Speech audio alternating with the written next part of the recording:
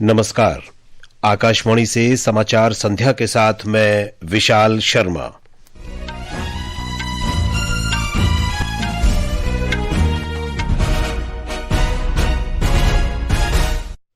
मुख्य समाचार। रूस से तेल खरीद पर टैरिफ लगाने वाले अमेरिकी विधेयक पर भारत की कड़ी नजर। विदेश मंत्रालय ने कहा, भारत की 1 अरब 40 करोड़ जनता की ऊर्जा सुरक्षा भारत के तेल स्रोत निर्धारण की मार्गदर्शक। भारत ने बांग्लादेश में अल्पसंख्यकों पर हो रहे हमलों से तुरंत और दृढ़ता से निपटने को कहा। ऐसी घटनाओं को व्यक्तिगत प्रतिद्वंदिता से नहीं जोड़ने की सलाह दी। प्रधानमंत्री नरेंद्र मोदी सोमनाथ पर्व और अन्य कार्यक्रमों में शामिल होने के लिए कल से 3 दिन के गुजरात दौरे पर जाएंगे। संसद का बजट सत्र 28 जनवरी से शुरू होगा। सूचना और प्रसारण मंत्री अश्विनी वैष्णव ने कहा, प्रसार भारती के वेव्स प्लेटफॉर्म ने 5,000 करोड़ रुपए का अंतर्राष्ट्रीय व्यापार किया। ईरान में प्रदर्शनकारियों ने देश भर में सार्वजनिक संपत्तियों पर हमले किए, उड़ानें रद्द और इंटरनेट बंद किया गया। खामेनेई ने अशांति के लिए अमेरिकी राष्ट्रपति डोनाल्ड ट्रंप को जिम्मेदार बताया। और महिला प्रीमियर लीग क्रिकेट का चौथा संस्करण आज से शुरू।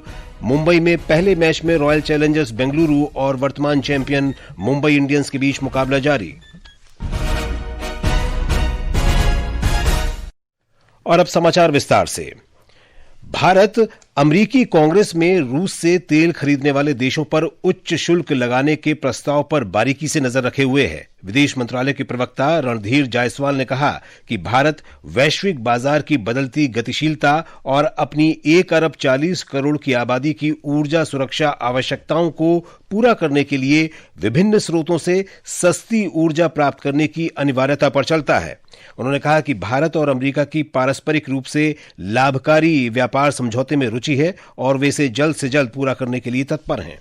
India and United states were committed. Bharat और अमेरिका ने पिछले साल 13 फरवरी को ही द्विपक्षीय व्यापार समझौते पर बातचीत करने की प्रतिबद्धता व्यक्त की थी। तब से दोनों पक्षों के बीच कई दौर की बातचीत हुई है। कई मौकों पर हम समझौते के बेहद करीब पहुंचे हैं। हमारी रुचि दोनों देशों के बीच लाभकारी व्यापार समझौते में है और हम इसे जल्द अंतिम रूप दिए जाने की उम्मीद करते हैं। And look forward to concluding it. America के वाणिज्य मंत्री के हाल के बयान पर उन्होंने कहा कि खबरों में जिन चर्चाओं का उल्लेख किया गया है वे सटीक नहीं है। उन्होंने कहा कि प्रधानमंत्री नरेंद्र मोदी और अमेरिका के राष्ट्रपति डोनाल्ड ट्रंप ने पिछले साल 8 बार फोन पर बातचीत की है और इस दौरान व्यापक साझेदारी के विभिन्न पहलुओं पर चर्चा हुई।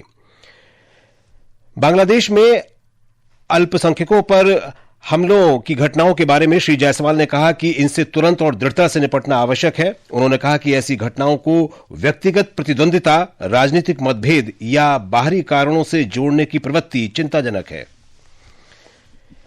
गृह मंत्री अमित शाह देश में मादक पदार्थों के खतरे से निपटने के लिए किए जा रहे सामूहिक राष्ट्रीय प्रयासों की समीक्षा और आकलन के लिए नई दिल्ली में शीर्ष स्तरीय नार्को कोऑर्डिनेशन सेंटर की 9वीं बैठक की अध्यक्षता कर रहे हैं।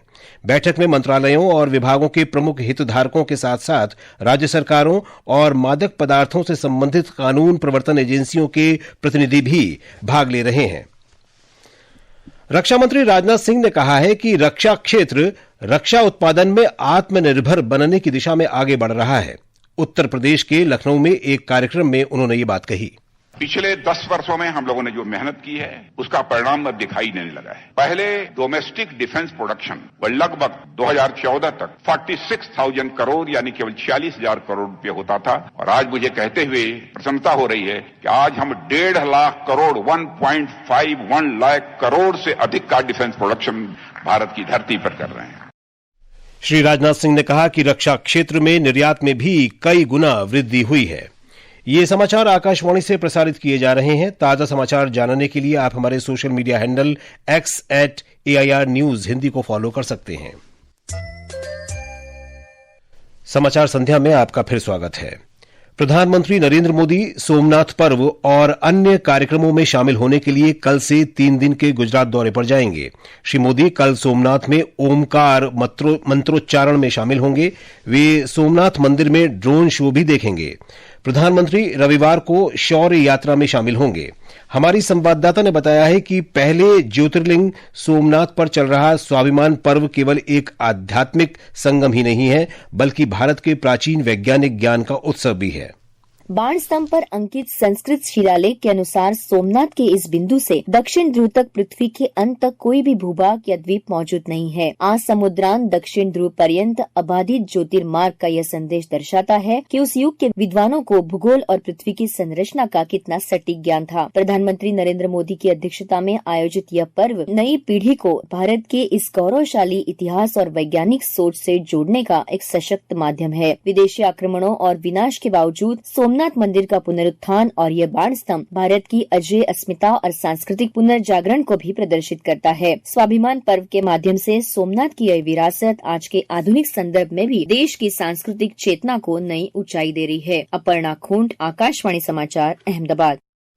संसद का बजट सत्र 28 जनवरी से शुरू होगा और 2 अप्रैल तक चलेगा। संसदीय कार्य मंत्री किरेन रिजिजू ने बताया कि बजट सत्र का पहला चरण 13 फरवरी को समाप्त होगा। दूसरा चरण 9 मार्च को शुरू होगा।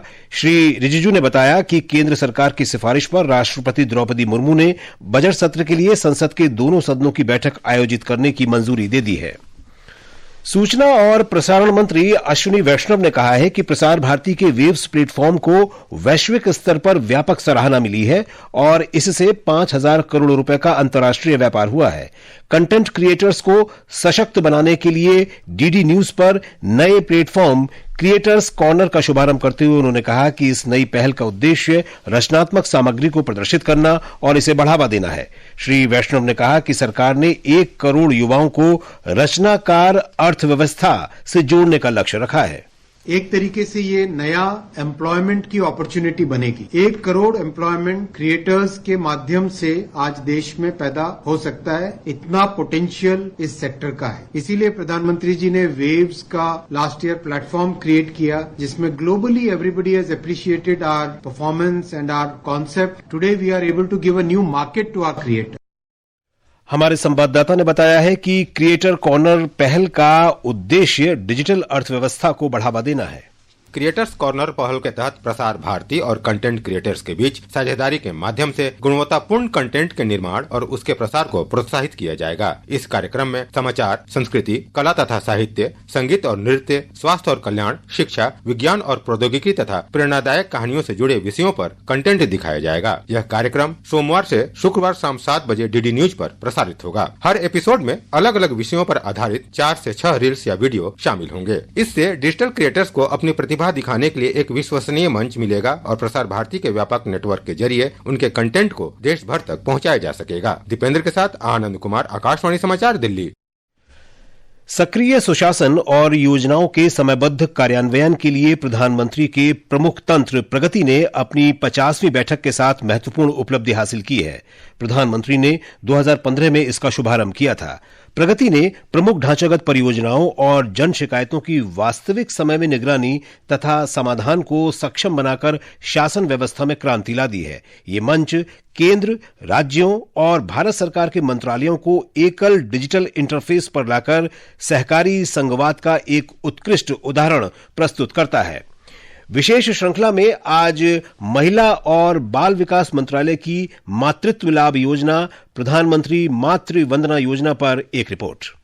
प्रधानमंत्री मातृ वंदना योजना केंद्र सरकार की एक प्रमुख योजना है, जिसका उद्देश्य गर्भवती और स्तनपान कराने वाली महिलाओं को सहायता प्रदान करना है। प्रधानमंत्री नरेंद्र मोदी ने प्रगति बैठक के माध्यम से इस योजना की विस्तार से समीक्षा की, ताकि इस योजना का लाभ सभी महिलाओं को मिल सके। इस योजना के तहत महिलाओं को पहले बच्चे के लिए 5,000 रूपए और दूसरी संतान अगर लड़की होती है तो 6,000 की आर्थिक सहायता दी जाती है। बैठक के दौरान प्रधानमंत्री ने सभी मंत्रालयों और विभागों को निर्देश दिया कि लाभार्थियों की पहचान आधार आधारित बायोमेट्रिक प्रमाणीकरण के माध्यम से की जाए। इसके अलावा उन्होंने प्रधानमंत्री मातृ वंदना योजना से बाल देखभाल, स्वास्थ्य और स्वच्छता से जुड़ी अन्य योजनाओं को जोड़ने की संभावनाओं पर भी विचार करने को कहा। जनवरी 2017 में शुरू हुई इस योजना के तहत अब तक 4 करोड़ से अधिक महिलाओं को 20,000 करोड़ रुपए से ज्यादा की मातृत्व सहायता राशि सीधे उनके बैंक खातों में दी जा चुकी है। प्रगति बैठक के बाद पिछले साल 21 मई से सभी नए पंजीकरण के लिए फेशियल रिकॉग्निशन सिस्टम के माध्यम से बायोमेट्रिक सत्यापन अनिवार्य कर दिया गया है। इस इस प्रणाली के जरिए अब तक 23 लाख से अधिक लाभार्थियों का पंजीकरण हो चुका है। महिला एवं बाल विकास मंत्रालय ने पोषण ट्रैकर के उपलब्ध आंकड़ों का इस्तेमाल कर लाभार्थियों की सूची तैयार की और घर घर तक पहुंचने का प्रयास किया। स्वास्थ्य जांच, बेहतर पोषण और वित्तीय जागरूकता को बढ़ावा देकर यह योजना महिलाओं को आत्मनिर्भर बनाने में मदद कर रही है। दीपेंद्र कुमार, आकाशवाणी समाचार, दिल्ली।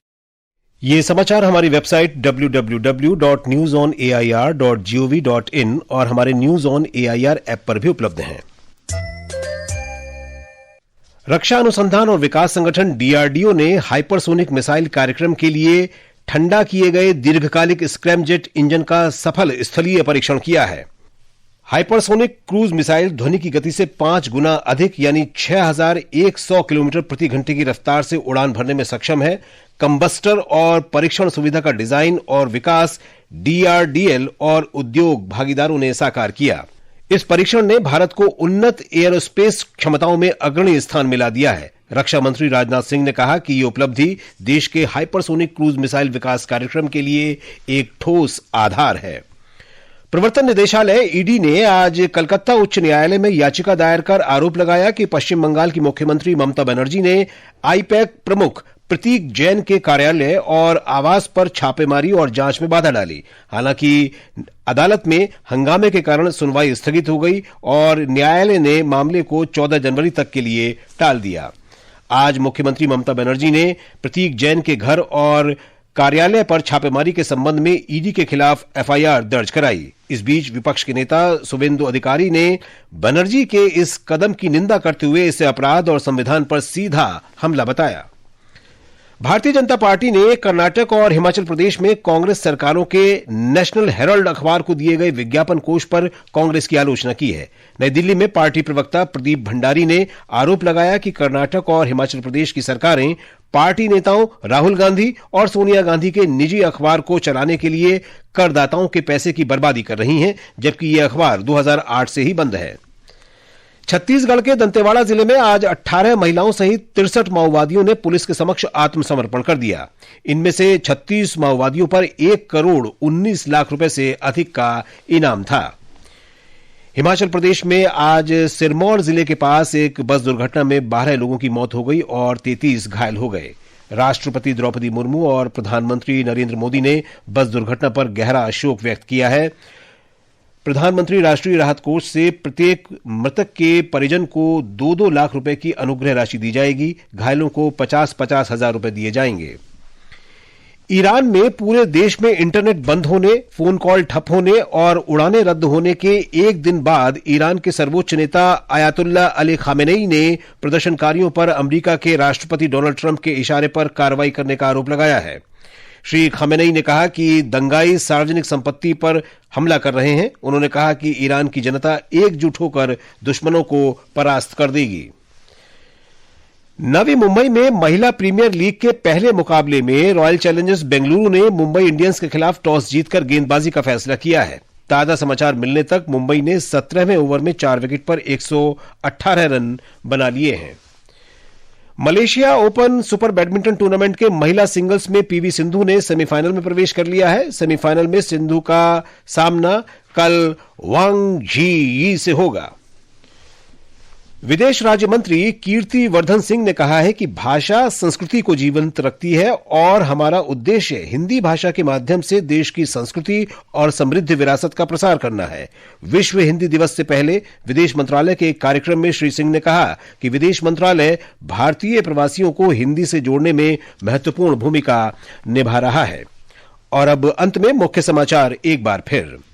रूस से तेल खरीद पर टैरिफ लगाने वाले अमरीकी विधेयक पर भारत की कड़ी नजर। विदेश मंत्रालय ने कहा, भारत की 1 अरब 40 करोड़ जनता की ऊर्जा सुरक्षा भारत के तेल स्रोत निर्धारण की मार्गदर्शक।